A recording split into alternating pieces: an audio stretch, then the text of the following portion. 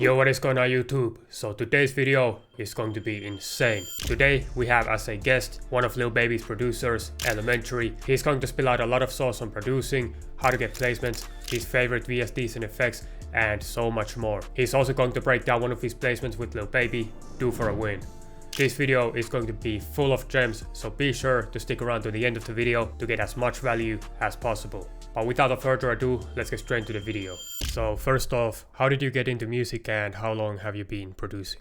I started make music like back in 2020, I guess. That time I was finalizing my, university. I was graduating, and that time, as you remember, coronavirus and all stuff happened, and everything was locked down. Yeah, because that we have work from home, and I was not have to go to the university every day. I was focused on my music career because like that time I really understand that I want to make this my whole life, and because of this I have a lot of time to make this. So since I graduated, I never been on on a job or something. I was focused on my music career since then. That's crazy, and you have come such a long way since 2020. Yeah, 5 years, yeah, 5 years. Now 5 years later, you got a Lil Baby placement. Is that your most favorite or biggest placement? It's my biggest placement for sure, but this is not my favorite. This is the special one just because,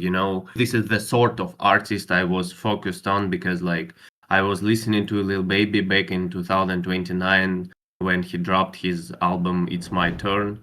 He dropped it a little earlier, but in 2021 I was listening to it really a lot.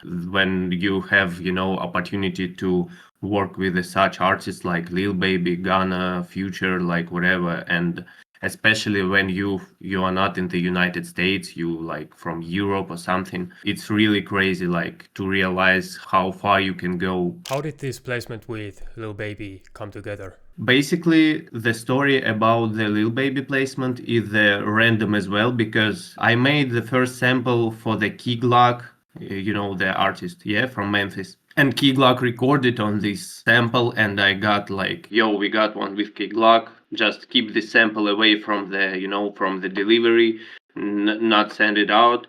And I was like, yo, for sure, because I was really inspired to work with the Key Glock, but song did not drop. It was not on the album. Then, like in the November 2024, I got the phone call from my boy, that boy Diamond. Shout out to him. And he was like, yo, bruh, it seems like we're on the Baby album. I was like, Baby who? Lil Baby? He was like, yeah, we're on the Lil Baby album. Then Hurt Boy reached me out. He sent me, it was like, like album preview, and it was track list, and our track was number 2, Due for Win. And I was like, yo, you sure we're on the album? He was like, I don't know, because it was like in November 2024. The album dropped on the January. Since November, it was a month of the silence or something, and just before the Christmas, Baby's manager, I guess, she reached out and said like, we need all your contact information and other stuff. Then I realized that we actually on the album. So yeah, we sent the whole information, and then on the January 3rd, album dropped. That time I was in the Argentina, hour or 2 hours time difference with Atlanta. At the very deep night, I opened the album, see our track, it's Due for Win, and yeah, I was like, yo, we're really on the album. Only after I saw this on the track list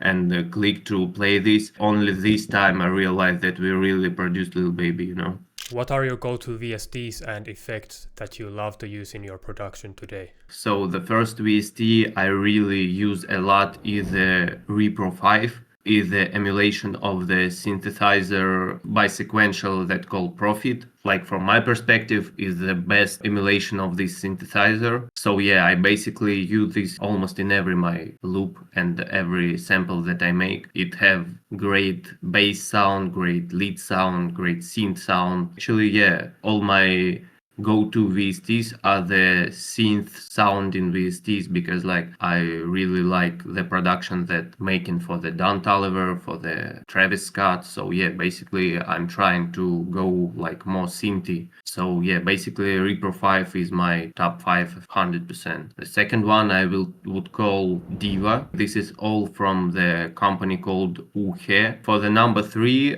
I will say contact just because like the bunch of the different libraries and you can like go ahead and do like every style that you want to. And about the processing, I would call chorus from Arturia called Juno 106. The second one is the filter from the company called Muger Fugger.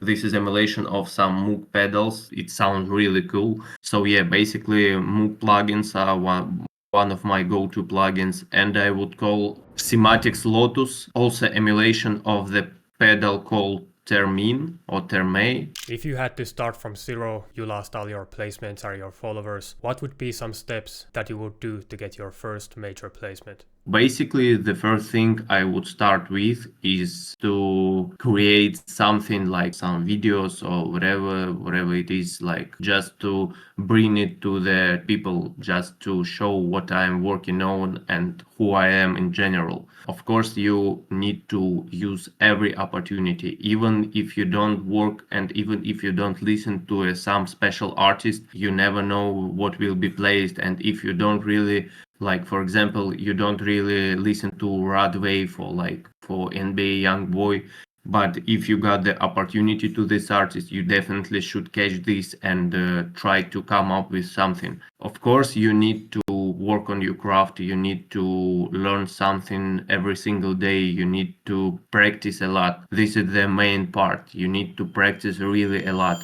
And Elementary, thank you for the interview. And one last question. Do you want to break down the FLP to Lil Baby's Do for a Win? Yeah, for sure. Yeah, for sure. Yes, let's get into it. So basically, yeah, this is how the whole project looks like. It's not complicated at all. Basically, 4 instruments on it. I was making the sample for the key Glock, and a lot of Memphis artists are using different samples in the production. So yeah, basically, I was like just scrolling through YouTube, looking for some samples, and I found this sample called Love Story. I just chop it up, then I just slow it down, I guess, bring down a couple semitones. For the processing, actually, nothing special. I just used halftime. Then I used Fab Filter just to cut low end and high end as well. Then I used Sooth 2. It's the kind of, smart equalizer that cut off some resonance and some, some bad frequencies. And then I used Tape Mellowfy. It's like basically the tape emulator that make like, some vintage feelings. After that, I just added the low piano. Nothing special as well, just a basic low piano from, I guess, from augmented piano. Then I just realized that I want to emphasize these strings, so I added 2 different strings. First from the Contact Orchestra Complete 2. This is how it is like on the scale, like just one note.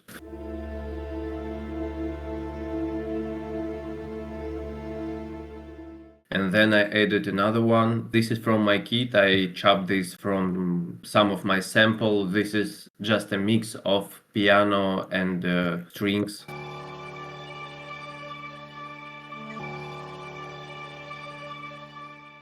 Basically, this is how the whole sample was made.